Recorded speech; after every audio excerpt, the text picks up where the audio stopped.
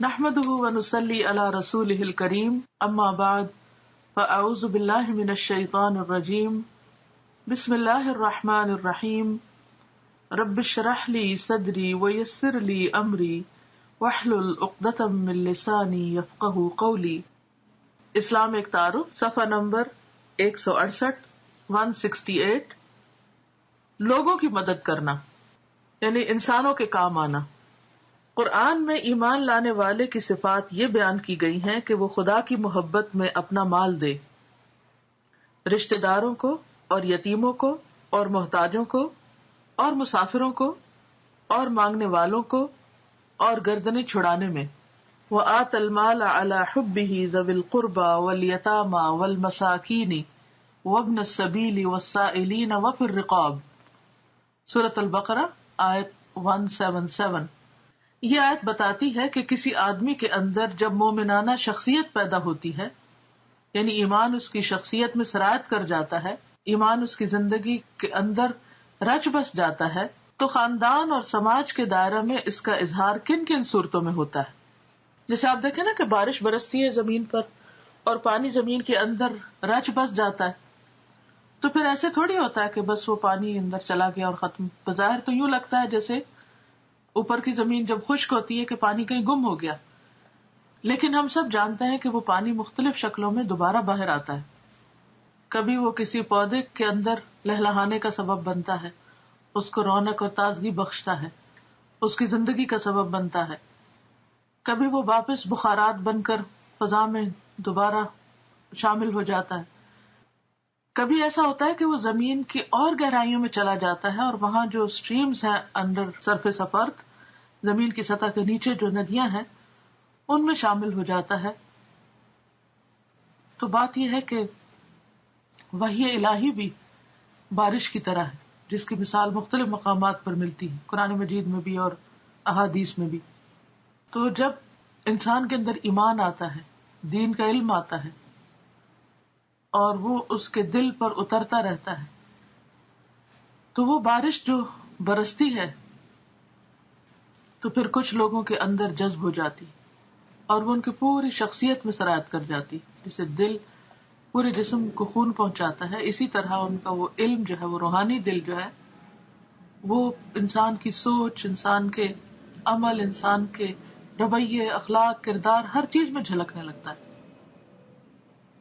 کچھ زمینیں ایسی ہوتی ہیں جو پانی روک لیتی ہیں، کچھ ایسی ہیں کہ جو پانی نہیں روکتی، یعنی انہوں نے نہ دھیان سے سنا ہوتا ہے، نہ اپنے لیے کچھ لیا ہوتا ہے اور نہ ہی جذب کیا ہوتا ہے، تو وہ پانی ایک طرح سے واپس لوٹ جاتا ہے، وہ دوسروں کے حصے میں چلا جاتا ہے. جو پانی پتھر پہ پڑتا ہے اس پتھر کے حصے میں نہیں آتا، وہ کسی اور کے حصے میں جاتا ہے جس کے اندر جھکاؤ ہوتا ہے، عاجزی ہوتی ہے، جو اسے قبول کرتا ہے. تو یہ آیت بتاتی ہے کہ کسی آدمی کے اندر جب مومنانہ شخصیت پیدا ہوتی ہے تو خاندان اور سماج کے دائرے میں، یعنی اس کا جو سرکل ہوتا ہے، سوشل سرکل، اس میں اس کا اظہار کن کن صورتوں میں ہوتا ہے. فرمایا کہ وہ اپنے ضرورت مند رشتہ داروں کی مالی مدد کرنے لگتا ہے، ان پہ خرچ کرتا ہے سب سے پہلے، کیونکہ وہ قریب ہوتے ہیں، ان کی ضروریات نظر آ رہی ہوتی ہیں. رشتہ داروں سے چونکہ ہر وقت تعلق ہوتا ہے، اس لیے اکثر ان سے طرح طرح کی شکایتیں پیدا ہو جاتی ہیں. یعنی جہاں ان کی ضروریات کا پتہ ہوتا ہے وہاں ان کا اخلاق اور کردار اور ان کا ہمارے ساتھ جو رویہ یا معاملہ ہوتا ہے وہ ہمیں بھی متاثر کرتا ہے، یا ہمارے فیصلوں کے اوپر اثر انداز ہوتا ہے. پھر یہ کہ رشتہ داروں سے بظاہر یہ امید نہیں ہوتی کہ وہ شکر گزاری یا نیاز مندی کی صورت میں کوئی بدلہ دیں گے، وہ عموماً لے کے بھول جاتے ہیں، یا یہ کہ ظاہر ہی نہیں کرتے کہ انہوں نے کوئی فائدہ اٹھایا آپ سے.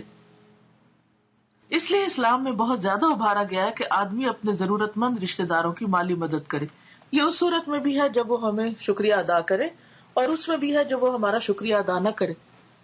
یہ اس صورت میں بھی ہے جب وہ ہمیں کچھ لوٹائیں، اور اس میں بھی ہے جب وہ ہمیں کچھ نہ لوٹائیں. یعنی ہر حال میں ہم اللہ کے حکم پر عمل کرنے والے ہوں، کیونکہ ہم تو کر ہی اللہ کے لیے رہے ہیں. کیونکہ اوپر یہ کہا گیا نا کہ وآت المال علی حبہ، کہ وہ اللہ کی محبت میں دیتا ہے. اللہ کی محبت میں دیتا ہے کس کو؟ رشتہ داروں کو.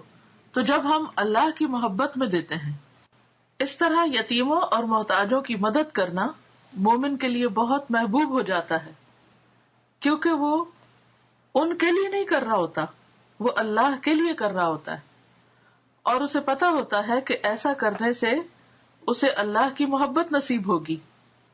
اس کا درد مند دل اس بات کی ضمانت بن جاتا ہے کہ وہ کمزوروں کو دیکھ کر انہیں حقیر نہ سمجھے بلکہ ان کی مدد کے لیے دوڑ پڑے. یعنی پھر اسے کسی لیکچر کی ضرورت نہیں ہوتی، کسی کو موٹیویٹ کرنے کی ضرورت نہیں ہوتی، بلکہ وہ اپنی نگاہوں سے دیکھتا ہے کہ فلاں شخص ضرورت مند ہے اور مجھے اس کی مدد کرنی چاہیے. دیکھیں نا کہ بعض اوقات ایسا ہوتا ہے کہ کہیں پر کوئی کلیمٹی ہوتی ہے، کوئی مشکل حالات ہوتے ہیں، کوئی تکلیف دہ صورت پیدا ہو جاتی ہے، پھر لوگ فنڈ ریزنگ ڈنر کرتے ہیں، پھر لوگوں کو بلاتے ہیں، پھر جذباتی تقریریں ہوتی ہیں، پھر بار بار وہ کہتے ہیں، کہہ کے کہتے ہیں، پھر اس کے بعد لوگ اٹھتے ہیں، پھر کوئی کچھ دیتا ہے، کوئی نہیں دیتا، کسی پر اس وقت بھی اثر نہیں ہوتا. اس کی بنیادی وجہ یہ ہے کہ اللہ کی محبت ہی دل میں نہیں، ایمان ہی نہیں. کیونکہ اگر ایمان ہوتا تو وہ ایمان خود بخود انسان کو اس بات پر مجبور کر دیتا کہ تمہارے لیے کچھ کرنے کا وقت آ گیا، اب کرو. تو جو حقیقی معنوں میں ایک صاحب ایمان شخص ہوتا ہے وہ کمزور کو دیکھ کر اسے حقیر نہیں سمجھتا بلکہ اس کی مدد کے لیے دوڑ پڑتا ہے. یہی معاملہ مسافر کا ہے.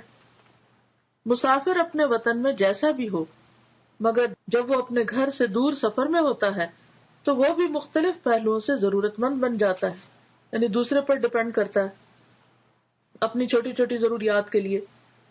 یہاں مومن کا ایمانی احساس متحرک ہو جاتا ہے. وہ اس وقت تک مطمئن نہیں ہوتا جب تک مسافر کی ضرورت پوری کر کے اسے فارغ نہ کر دے. یعنی وہ اس لیے نہیں کر رہا ہوتا کہ چونکہ وہ کسی کو جانتا ہے یا نہیں جانتا، بلکہ وہ یہ سمجھتا ہے کہ یہ میرے رب کی رضا اور رب کی محبت حاصل کرنے کا وقت آ گیا. اسی طرح جو لوگ کسی وجہ سے مسائل کے درمیان گھر جائیں، یعنی کسی کلیمٹی کا شکار ہو جائیں، کسی حادثے کا شکار ہو جائیں، جو کسی سماجی روایت کی بندش میں پھنس کر رہ گئے ہوں، بعض اوقات بچیوں کی شادی نہیں ہوتی کہ ان کا جہیز نہیں ہے، ان کے پاس خود اتنا مال نہ ہو کہ وہ اس کو دے کر وہاں سے چھٹکارا حاصل کر سکیں، ایسے لوگوں کو مال دے کر انہیں حالات کی گرفت سے آزاد کرانا بھی مومن کی انسانی خصوصیات میں سے ایک خصوصیت ہے. لہذا لوگوں کی مدد کسی بھی طرح، یہاں تو انہوں نے مالی معاملات کو لیا ہے، لیکن بعض اوقات ایسا ہوتا ہے کہ لوگوں کو مال ضرورت نہیں ہوتا، مال ان کے پاس آلریڈی بہت ہوتا ہے، ان کو ہمارا اچھا مشورہ درکار ہوتا ہے، انہیں کسی نہ کسی طرح کی کوئی مورل سپورٹ چاہیے ہوتی ہے، وہ ایموشنل شاک میں ہوتے ہیں، ڈپریشن میں ہوتے ہیں، یا کسی اور دکھ درد تکلیف میں ہوتے ہیں. تو انسان ایسے موقع پر خود غرض اور بے نیاز بن کے نہیں جی سکتا، وہ دوسرے کے دکھ درد کو دیکھتے ہی تڑپ اٹھتا ہے اور اس کی مدد کے لیے دوڑ پڑتا ہے. تو اللہ تعالیٰ سے دعا ہے کہ وہ ہمیں عمل کی توفیق عطا فرمائے. وآخر دعوانا ان الحمد للہ رب العالمین.